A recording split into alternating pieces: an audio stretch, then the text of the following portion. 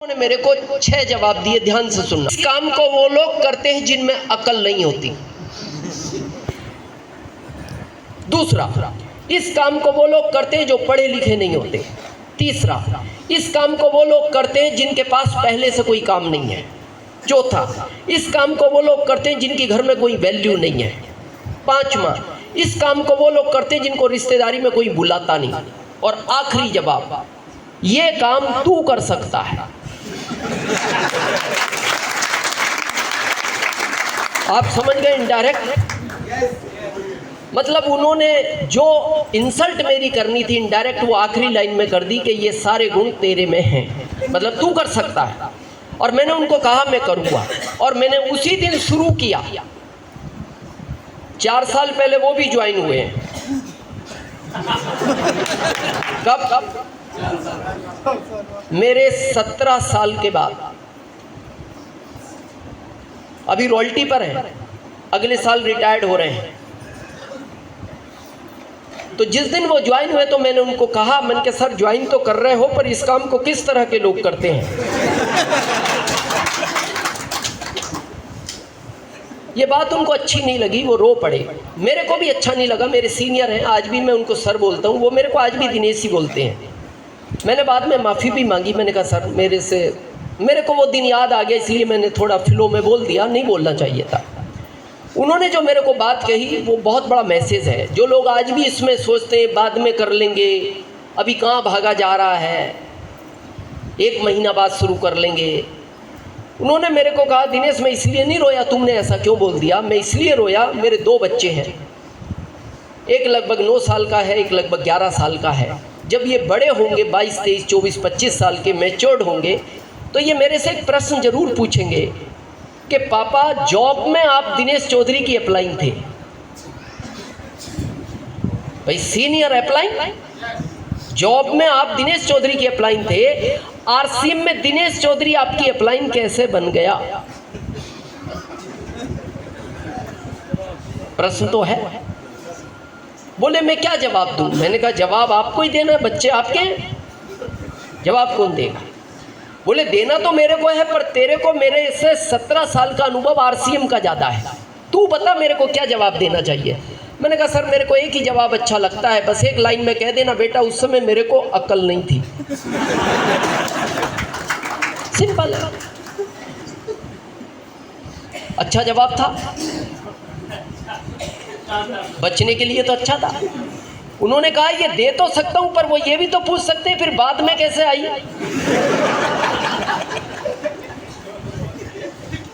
और याद रखना, जो लोग आज भी इस सिस्टम के प्रति सीरियस नहीं है, आपको आने वाली पीढ़ी को जवाब देना पड़ेगा, देना ही पड़ेगा।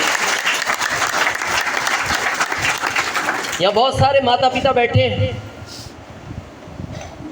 आजकल के बच्चे क्या बोलते हैं अपने माता पिता से, पता है क्या? 90% बच्चे आपने मेरे लिए क्या किया है। मिलता है ये जवाब सुनने के लिए, आपने मेरे लिए क्या किया है। एक पिता सीने पे हाथ रख के सोचे, आज अच्छा नहीं खाता बच्चे को खिलाता है, अच्छा नहीं पहनता उससे अच्छा बच्चे को पहनाता है, उसके बाद भी वो बच्चे बोलते हैं आपने मेरे लिए क्या किया है। दर्द होता है उस पिता को, और जब उससे वो दर्द सहन नहीं होता ना बार बार सुनने के बाद, तो एक दिन वो बोलता है बेटा क्यों नहीं किया, मैंने अपनी हैसियत से बढ़कर किया है। तब वो बच्चा फिर रिपीट बोलता है क्या नया किया, ये तो दुनिया करती है। सोचो अगर आप इसको नहीं कर पाए, क्या निकल गया और निकल जाएगा। ये आरसीएम उसी पीढ़ी के लिए है जिसको आपको जवाब देना है।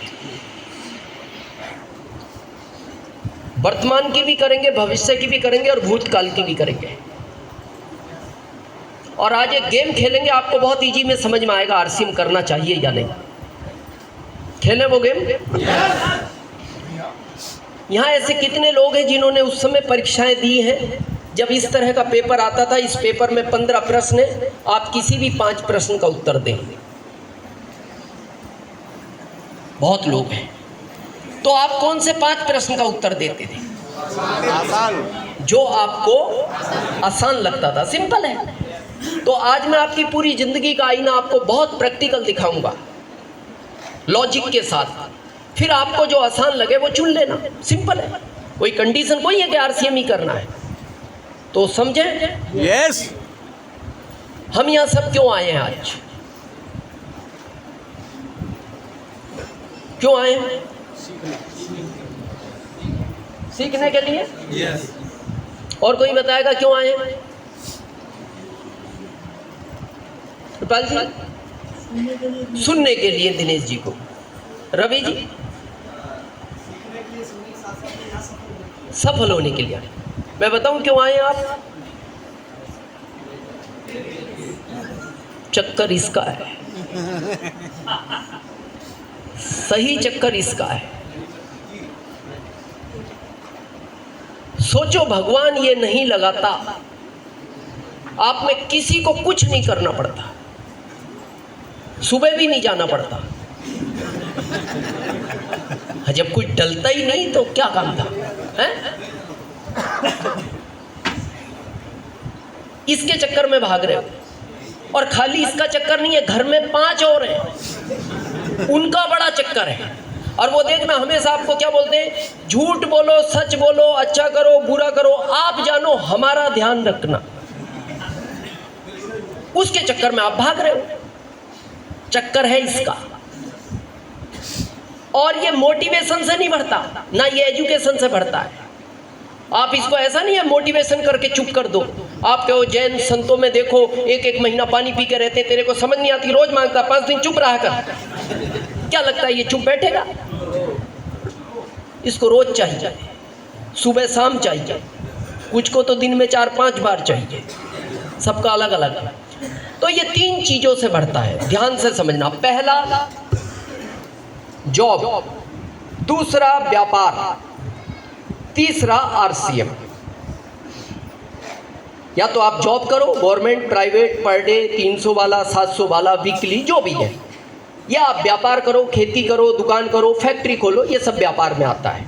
तीसरा है आरसीएम। तो आज हम तीनों को बड़ा सीरियसली समझते हैं। इनमें क्या था, क्या है और क्या होगा। इसमें क्या था, क्या है और क्या होगा। यहां कोई जॉब वाले लोग हैं, गवर्नमेंट या प्राइवेट? हाथ खड़ा करें एक बार। काफी लोग हैं। जब आप जॉब में लगे थे बहुत खुश थे, अभी उतनी खुशी है? पता है क्यों नहीं है? अभी प्रेशर आ गया।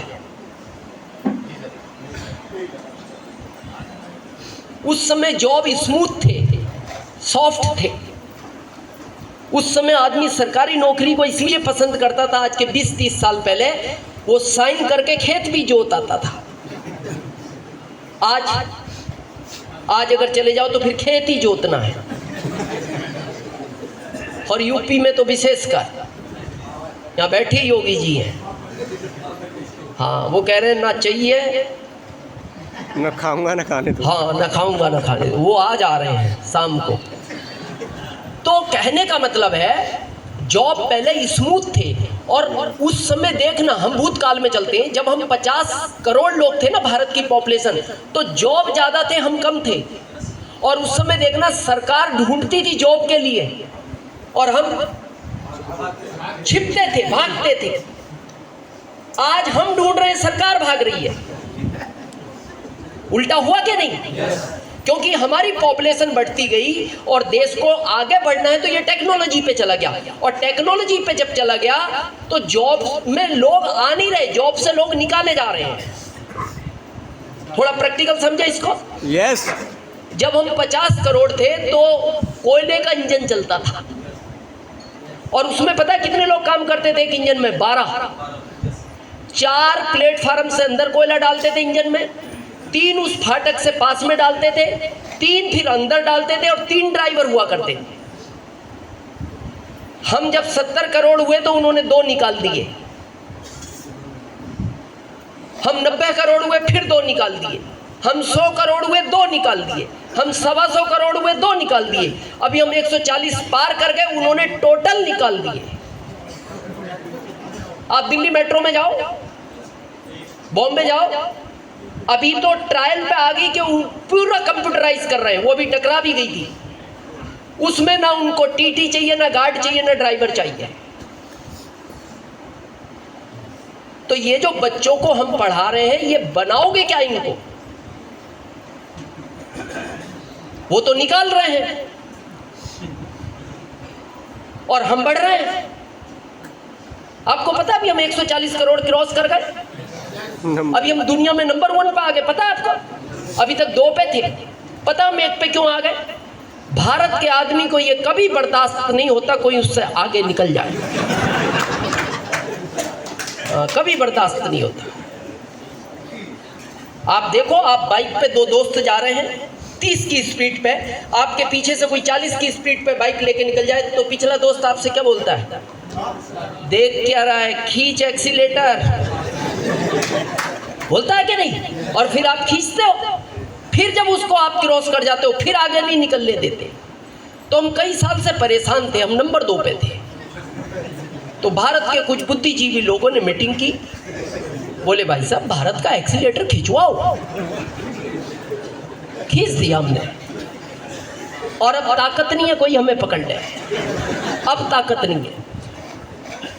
ये तो गर्व की बात है, पर यहां क्या होगा? दूसरा, चलो आपको लगता है मेरा बच्चे को मैं जॉब लगा दूंगा, कुछ तो जॉब मिलेंगे, ऐसा नहीं है जॉब बिल्कुल कलेक्टर की जगह तो कुछ आएगा नहीं, कलेक्टर ही रहेगा। लेकिन प्रश्न ये है, बहुत ध्यान से सुनना, जितनी सहनशीलता आपके पिताजी में थी आप में है? नहीं है। और जितनी आप में आपके बच्चे में है?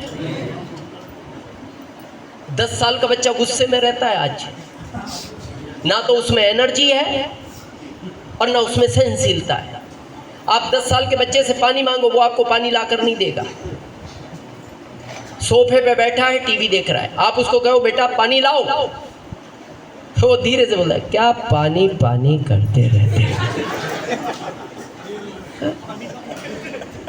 अच्छा, वो इसलिए नहीं लाना चाह रहा कि आपकी इंसल्ट करना चाहता है, उसमें एनर्जी नहीं है, उसको वो काम लगता है। सोफे से उठना पड़ेगा, पानी तक जाना पड़ेगा, वहाँ से पानी लाना पड़ेगा, फिर पिताजी को देना पड़ेगा, वो उसे काम लगता है। फिर आप दोबारा बोला बेटा सुना नहीं तुमने, तो फिर वो धीरे से बोलता है मैंने तो सुन लिया, आप ही नहीं सुन पा रहे। अब वो पिता एग्रेसिव हो जाता है, फिर वो सोचता है जब ये 10 साल का नहीं सुन रहा तो ये 40 साल में मेरी क्या सुनेगा, तो फिर वो गुस्से में आ जाता है, बेटा तुमको बोला ना पानी लाओ, तो फिर वो बच्चा धीरे से बोलता अरे पापा आप ले आओ ना पापा, पास में तो पानी है, घड़ा आपके पीछे पापा, अच्छे पापा बहुत अच्छे पापा, प्लीज पापा आप ले लो ना पापा, वो तो घड़ा है। फिर वो पिता को क्या लगता है थका हारा होगा, कोचिंग से आया होगा, साइकिल चलाई होगी, तो फिर पिता धीरे से बोलता है कोई बात नहीं। जब पिता पानी लेने जाता है ना, तो फिर वो बच्चा दोबारा बोलता है उधर जा रहे हो तो एक गिलास मेरा भी ले आना। ये स्थिति है आज के बच्चों की,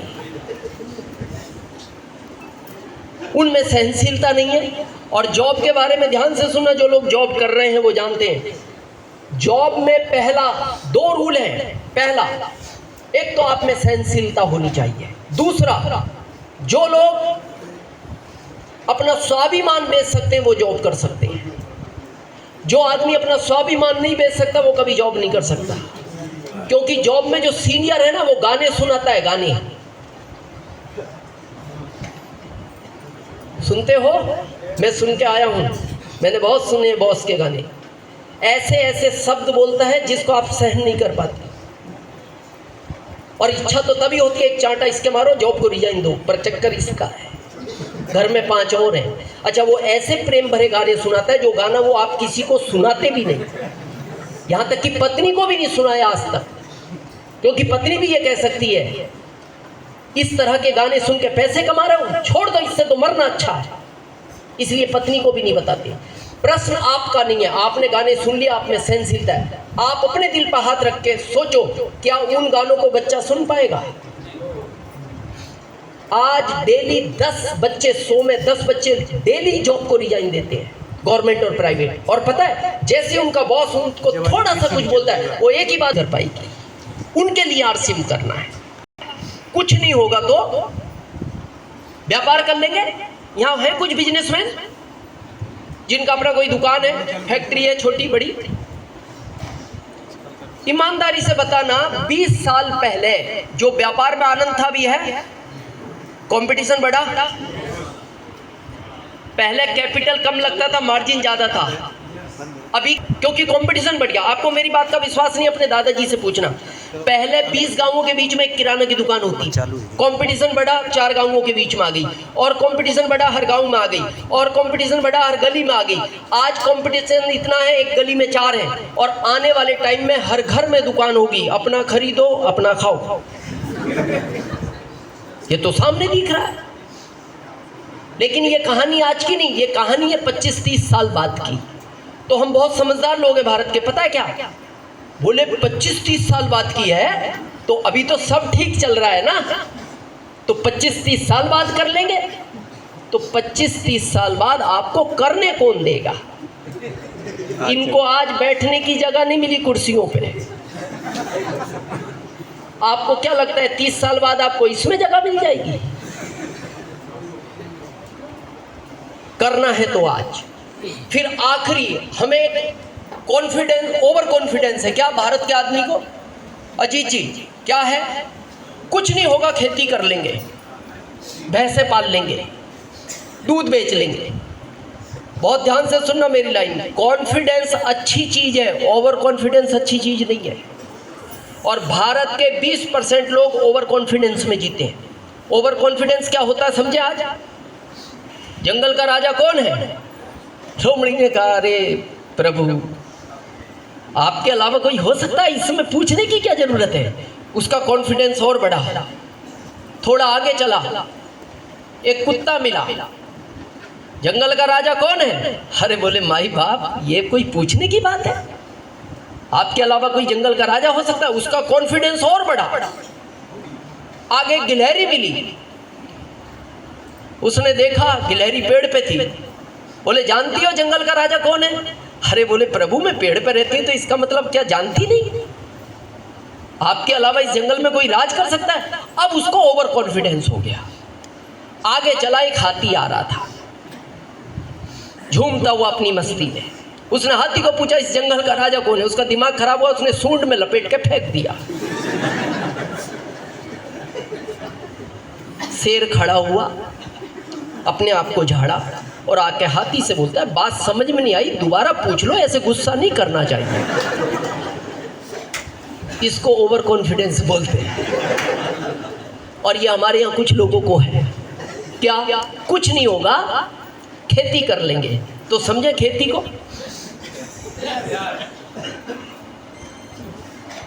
मेरे परदादा जी के पास 100 बीघे जमीन थी। दादाजी को कितनी मिली?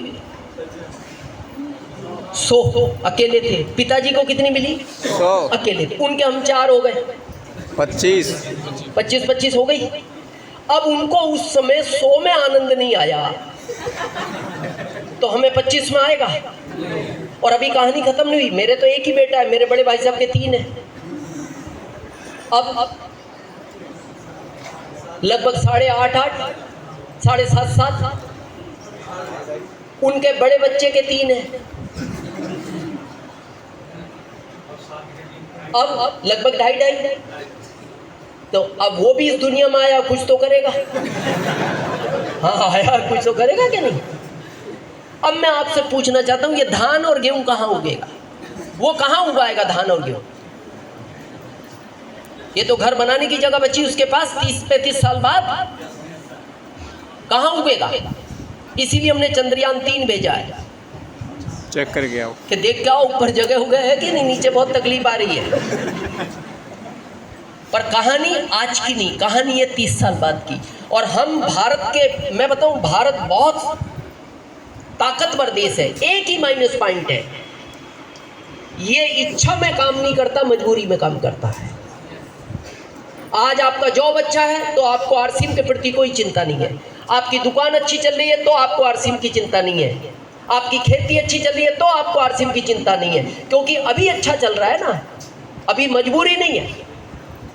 लेकिन मेरा ये कहना है, ये दोनों कुएं पानी पिला रहे हैं, पीते रहो, लेकिन इस कुएं को लगातार खोदते रहो। जब ये कुएं पानी पिलाना कम करेंगे तो 7 पीढ़ियों तक ये कुआं पानी पिलाएगा। कोरोना आया, प्राकृतिक सिखाना चाहती है पैसिव इनकम होनी चाहिए। वो प्राकृतिक आपदा थी, उसमें भारत की सेना कुछ नहीं कर पाई, लॉक हो गए, ट्रेनें रुक गई, प्लेन रुक गए, सबकी आय का साधन रुक गया। उस समय लोगों को लगा यार ऐसा कुछ होना चाहिए था जो चलता रहता। और आपको पता है कोरोना में 2 ही चीज चली, एक तो मेडिकल और एक RCM।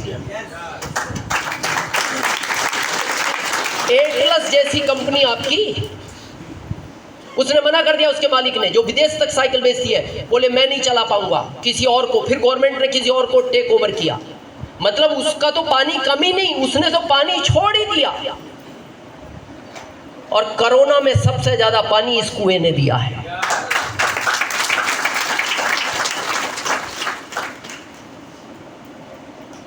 मैं बताऊं हमारी स्थिति कैसी हो गई आज, जो जॉब में है या जिनके पास व्यापार है। ईमानदारी से बताओ, जॉब करने की इच्छा होती है, फिर छोड़ क्यों नहीं रहे?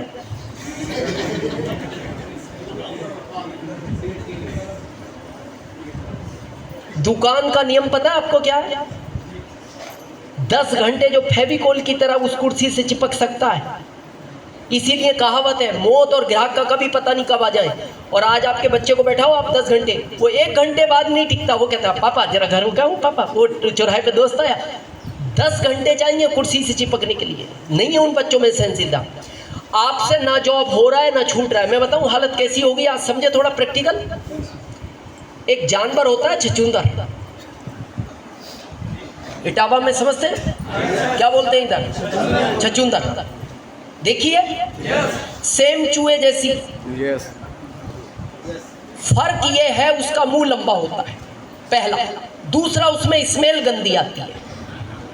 अगर वो किसी कपड़े को क्रॉस कर जाए ना, उस कपड़े को आप कितना भी धो लो उसमें से वो स्मेल नहीं जाएगी। उसकी यही पहचान है, सेम चूहे जैसी होती है।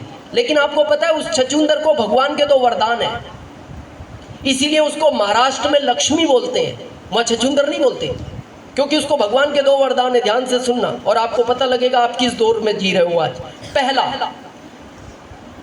वो उस दरवाजे से घुसे और देखना कभी वो बीच में नहीं घूमती, दीवार के साथ साथ चलती है। और दिन में कभी नहीं आएगी, वो शाम के बाद आती है और हर घर में आती है। भगवान का वरदान है उसको।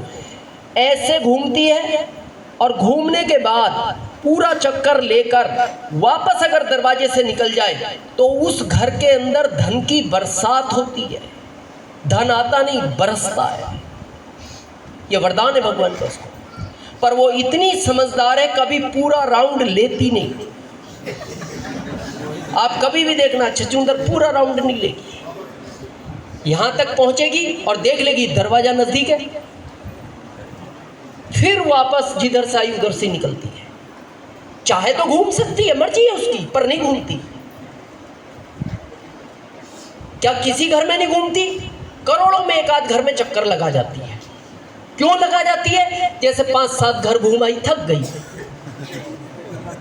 11वें में घुसी तो सोचा अब इतना वापस जाना, वाह इधर से निकल जाओ। तो निकलती भी है एक आध घर में, करोड़ों में। शायद मुकेश अंबानी जी के घर घूम गई। अडानी जी का पहला चित्र देखो, वो भंगार बेचते थे साइकिल पे, आज भी है फोटो। बहुत लंबा अरसा नहीं हुआ, पर रात में लेगी राउंड वो। आज देखो अडानी जी। अब आपको लगेगा यार फिर RCM में तो बहुत मेहनत करना पड़ता है। अपन तो आज के बाद उस छछूंदर का ध्यान रखो। बरसात भी होती है, धन आता कोई है, बरसता है। अब एक दिन आपने घर वालों को बोल दिया एक रात तू जगेगा, एक रात में, पूरे महीना ध्यान रखना वो आएगी किस दिन। अब वो एक दिन आ गई, आप खुश हो गए, घर वाले आज आ गई, बस इसको वापस नहीं जाने देना। अब वो आ गई इधर, तो आपने अपने पत्नी को कहा कपड़ा लेके आ जा, झाड़ू लेके आ जा, बस इसको ऐसे निकालना है। तो याद रखना जबरदस्ती नहीं निकालना, इच्छा से निकलनी चाहिए। अगर जबरदस्ती निकालती जो घर में उसको भी लेके जाती है।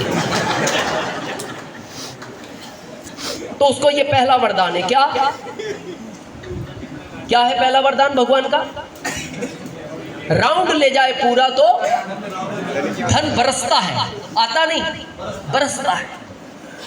और दूसरा वरदान क्या है, वो ध्यान से सुनना। उसको कोई जानवर गलती से पकड़ ले, खाएगा तो मर जाएगा, छोड़ देगा तो अंधा हो जाएगा। ये दूसरा वरदान है भगवान का। उसको खाएगा तो मर जाएगा और छोड़ दे तो अंधा हो जाएगा। तो कई बार रात के अंधेरे में सांप उसको चूहा समझ के पकड़ लेता है, क्योंकि सांप का सबसे प्रिय भोजन है चूहा, और है वो चूहे जैसी। अंधेरा रात का था, एक्साइटमेंट में सांप ने पकड़ लिया। अब जैसी वो गंदी स्मेल आई, सांप समझ गया, बोले गलत चीज पकड़ी गई। आपने जब जॉब शुरू किया था ना, चूहा समझ के ही पकड़ा था कि बहुत आनंद आएगा। जब आपने दुकान खोली थी ना, वो चूहा समझ के खोली थी, बहुत आनंद आएगा। अब समझ में आ रहा है ये छछूंदर हाथ आ गई। अब क्या करे सांप, करे क्या? गलती से पकड़ तो ली, क्या करे? खाए तो, छोड़ दे तो, वही हालत है अब। ना हो रहा है ना छूट रहा है। अब वो सांप क्या करता है, जब तक उसमें ताकत है लेके घूमता है। और आप भी चला ही रहे हो ना। वो कहते हैं अरे 4 बातें सुनाता है, पैसे तो दे रहा है ना, चलेगा। आपसे हो रहा है, बच्चे नहीं कर पाएंगे। मैं फिर कह रहा हूं, बच्चों से नहीं होगा, बच्चों में वो सहनशीलता नहीं है। अच्छा, 1-2 दिन की कहानी हो तो कर ली जाए। मामला है 60 साल तक, 20 में शुरू करोगे, 40 साल काम करना, ये भी 60 साल का मामला है। मामला लंबा है। ये है 5 साल का, ये जिंदगी भर का नहीं है। अब आप कहोगे आपको तो 21 हो गए। मैंने सब कुछ आरसीएम में 5 साल में हासिल कर लिया था। एक स्टार रूबी की पिन का फोटो लगा हुआ था अजीत जी के घर। इनका ड्रीम है वो, एक बंगला है, एक कार है, एक वो। जब आरसीएम शुरू हुआ था, आरसीएम ने जो पिनें बनाई थी ना, स्टार रूबी आखिरी पिन थी, और वो आज भी सबसे सुंदर पिन है, देखने में भी उसका कलर रेड, अलग ही पिन है वो। उस जैसी पिन कंपनी दूसरी बनाई नहीं पाई। सफायर का भी वैसा लुक नहीं है पिन का जो स्टार रूबी का है। मेरा कंपनी में इतिहास पूछना आप, जब मैंने आरसीएम शुरू किया, पहले महीने 416, दूसरे महीने 738, तीसरे महीने 10,168, 7वें महीने रॉयल्टी 19,197, 15वें महीने टेक्निकल 1,52,000 TDS काट कर, और 2007 मैंने आरसीएम शुरू किया 26 जुलाई 2002 को, और 2007 ठीक 5 साल बाद अगस्त में मैं स्टार रूबी बना, और चेक था TDS काट के 7,80,000 का। ये बात है 2007 की, अभी 24 है। यानी कोर्स 5 साल का, ये पूरा कितने दिन में करो ये आपकी मर्जी है। भाई 10वीं एक ही साल में की है ना, हम 4 साल रहे उसमें अपनी मर्जी से, पर बनी तो एक ही साल के लिए है ना। क्रॉस करने वाले एक में भी करते हैं, हम 4 में नहीं कर पाए, क्या कर सकते हैं। तो ये कोर्स 5 साल का ही है, ये रॉयल्टी 1 साल की है। आप इसको 2 साल में लो, 3 साल में लो, ये आपकी इच्छा है, और मैंने वो प्रूफ कर रखा है। ऐसा नहीं कि ये असंभव है। उस समय प्रोडक्ट नहीं थे, प्रोडक्ट कपड़ा था, FMCG में खाली 3 प्रोडक्ट आते थे। आज तो आप प्रोडक्ट के नाम नहीं गिन सकते, और वो क्वालिटी आज। तो क्या आसान लगता है, 5 साल या 60 साल? 5 साल। 5 साल करना चाहिए, 5 साल। यस। तो बात करें 5 साल की, क्या करना है। मेरे को एक बहुत दुख होता है, कई बार मेरे को 21 साल हो गए भारत में घूमते हुए।